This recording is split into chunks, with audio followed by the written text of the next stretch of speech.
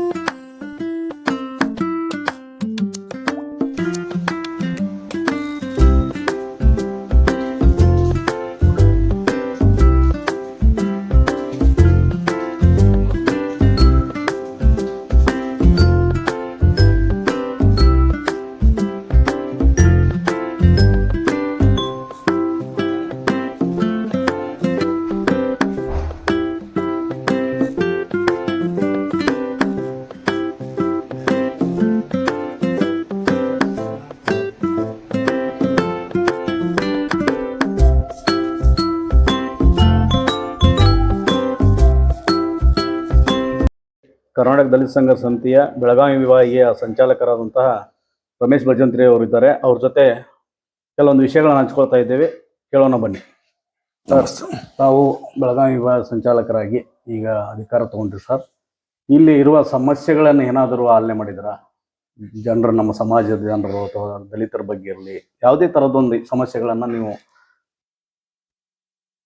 ನನಗೆ Karnataka professor B Krishnappa ಅವರು ಸ್ಥಾಪಿಸಿದ ಕರ್ನಾಟಕ ದಲಿತ ಸಂಘರ್ಷ ಸಮಿತಿ ರಾಜ್ಯ ಸಂಚಾಲಕರಾದಂಥ ಎಂ ಗುರುಮೂರ್ತಿಯವರು ಈ ಜವಾಬ್ದಾರಿಯನ್ನು ನನಗೆ ವಹಿಸ್ಕೊಟ್ಟಿದ್ದಾರೆ.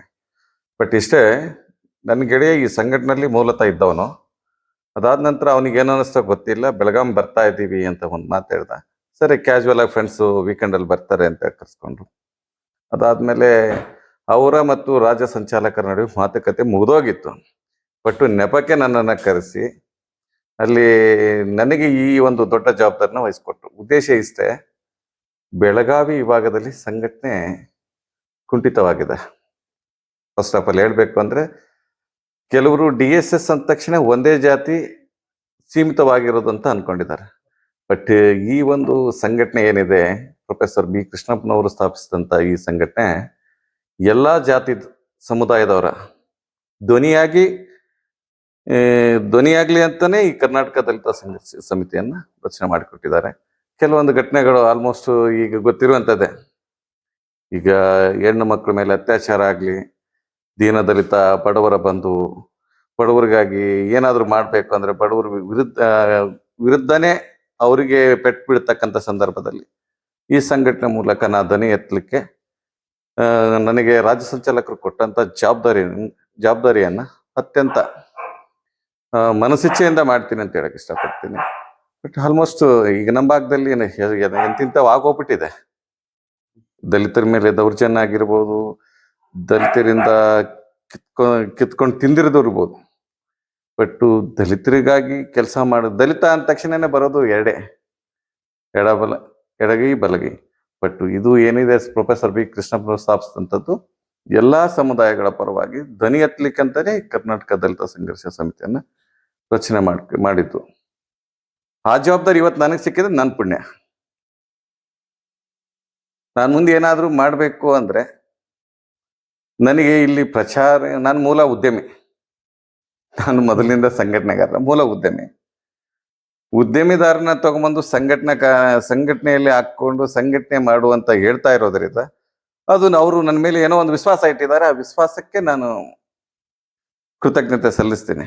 ಯಾಕಂದ್ರೆ ಒಬ್ಬ ಮನುಷ್ಯನ ಇಷ್ಟು ದೊಡ್ಡ 50 ವರ್ಷದಿಂದ ಸ್ಥಾಪಿತವಾಗಿರ್ತಕ್ಕಂಥ ಸಂಘಟನೆ ಇದು. ಈಗ ಎಲ್ಲ ಬಣಗಳಿದಾವೆ. ಇದೇ ನಮ್ಮ DSS ಅಲ್ಲಿ ಆರ್ಮಿ ಸೇನೆ ಇದೆ, ಜನಪರ, ಇವು ಎಲ್ಲ ಸಂಘಟನೆಗಳಿದಾವೆ. ಬಟ್ ಇದು 50 ವರ್ಷದ ಇತಿಹಾಸವನ್ನು ಸೃಷ್ಟಿ ಮಾಡಿದೆ. ಆ ಉದ್ದೇಶಕ್ಕೆ ಆ ಜವಾಬ್ದಾರಿನ ಅದು 50ನೇ ವರ್ಷ ಪೂರೈಸುವಂತ ಸಂದರ್ಭದಲ್ಲಿ ಬೆಳಗಾವಿ ವಿಭಾಗೀಯ ಸಂಚಾಲಕನಾಗಿರೋದ್ರಿಂದ ನನಗೆ ಹೆಮ್ಮೆ ಅನಿಸ್ತದೆ. ಒಂದು ಮೂಲತಃ ಹಿಂದುಳಿದ ವರ್ಗಗಳ ಧ್ವನಿಯಾಗಿ, ಹಿಂದೂ ಮತ್ತೆ ದಲಿತರ ಧ್ವನಿಯಾಗಿ ನಾನು ಕೂಡ ಇದರಲ್ಲಿ ಏನಾದರೂ ಒಂದು ಅಚೀವ್ ಮಾಡ್ಬೋದಂತ ಆಸೆಯಿಂದ ಬಂದಿದ್ದೇನೆ. ಇದರಲ್ಲಿ ಸ್ವಾರ್ಥ ಯಾವುದೂ ಇಲ್ಲ. ನನ್ನ ಒಂದು ಕನಸು ಪ್ರತಿ ಒಂದು ಸಮುದಾಯದಲ್ಲಿ ಪ್ರತಿಯೊಬ್ಬರು, ಎಲ್ಲರೂ ಶ್ರೀಮಂತರು ಇರುವುದಿಲ್ಲ, ಎಲ್ಲರೂ ಬಡವರು ಇರುವುದಿಲ್ಲ.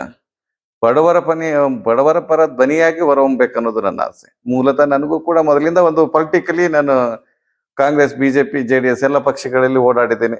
ಒಬ್ಬ ಸಾಮಾನ್ಯ ಕಾರ್ಯಕರ್ತನಾಗಿ ಕೆಲಸ ಮಾಡಿದ್ದೀನಿ.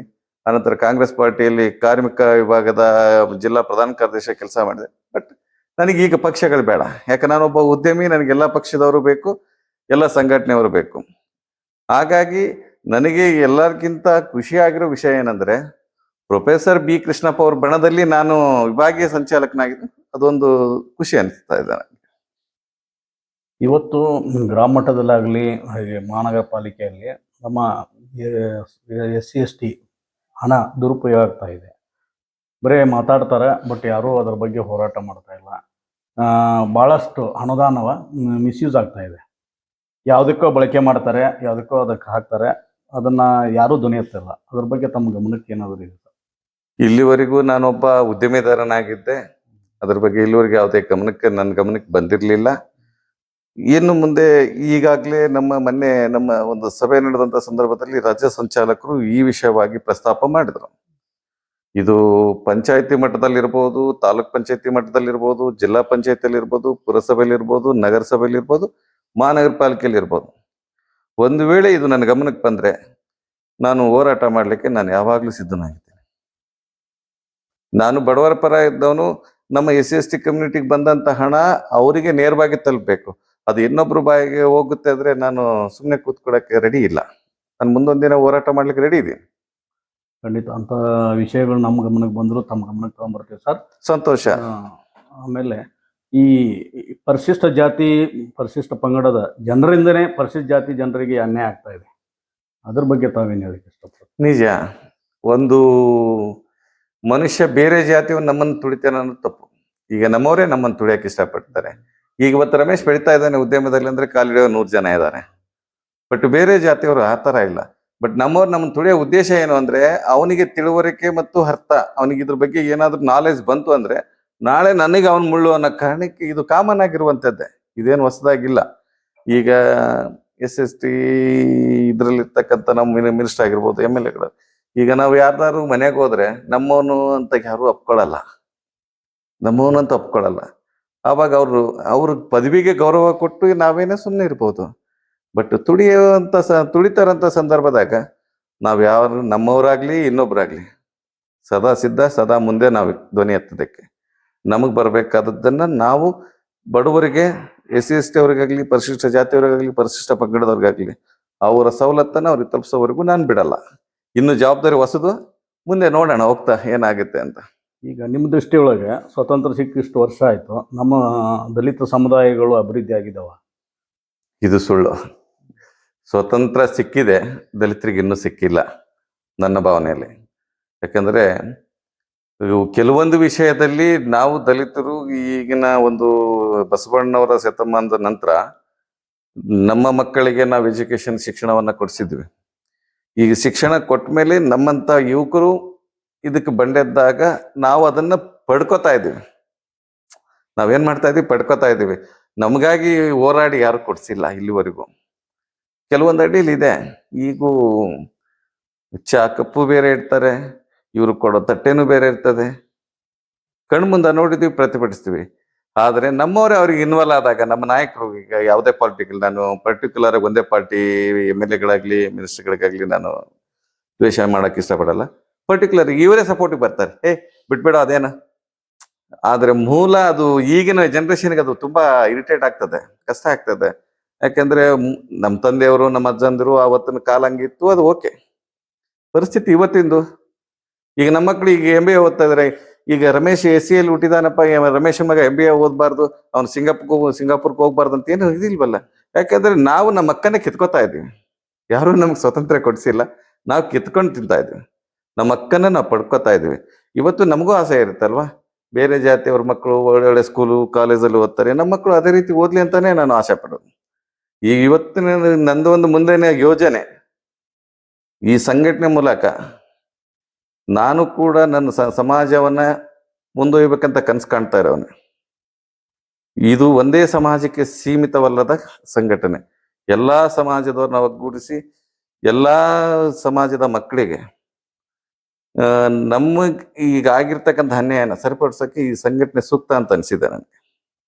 ಈಗ ತಮ್ಮ ದೃಷ್ಟಿಯೊಳಗೆ ಯುವಕರಿಗೆ, ವಿದ್ಯಾರ್ಥಿಗಳಿಗೆ ಏನು ಹೇಳಲಿಕ್ಕೆ ಇಷ್ಟಪಡ್ತೀರಿ ಸರ್? ನಾನು ಒಂದೇ ಹೇಳೋದು ಇವತ್ತಿನ ಯುವಕರಿಗೆ, ಫಾಲ್ತು ಹಾಳಾಗ್ಬೇಡಿ. ಅಂಬೇಡ್ಕರ್ ಅವರು ಹೇಳಿದ್ದು ಶಿಕ್ಷಣ, ಸಂಘಟನೆ, ಹೋರಾಟ.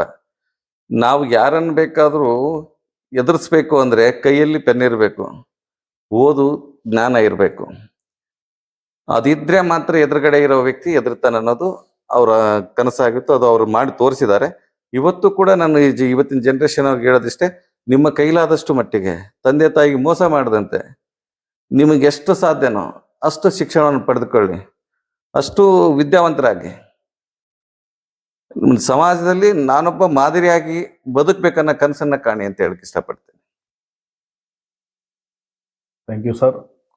ನಿರಂತರ ನಿಮ್ಮ ಹೋರಾಟ ಮುಂದುವರಲಿ, ನಾವು ನಿಮ್ಮ ಜೊತೆ ಇರ್ತೇವೆ, ಯಶಸ್ವಿ ಆಗಲಿ. ಭಾಳ ಖುಷಿ ಆಯಿತು. ಮೊನ್ನೆ ಒಂದು ಭಾಳ ಅದ್ಭುತವಾದ ಕಾರ್ಯಕ್ರಮ ಮಾಡಿದ್ರಿ, ಧಾರವಾಡದಲ್ಲಿ ಯಾರೂ ಅಂತ ಕಾರ್ಯಕ್ರಮ ಮಾಡಿದ್ದದ.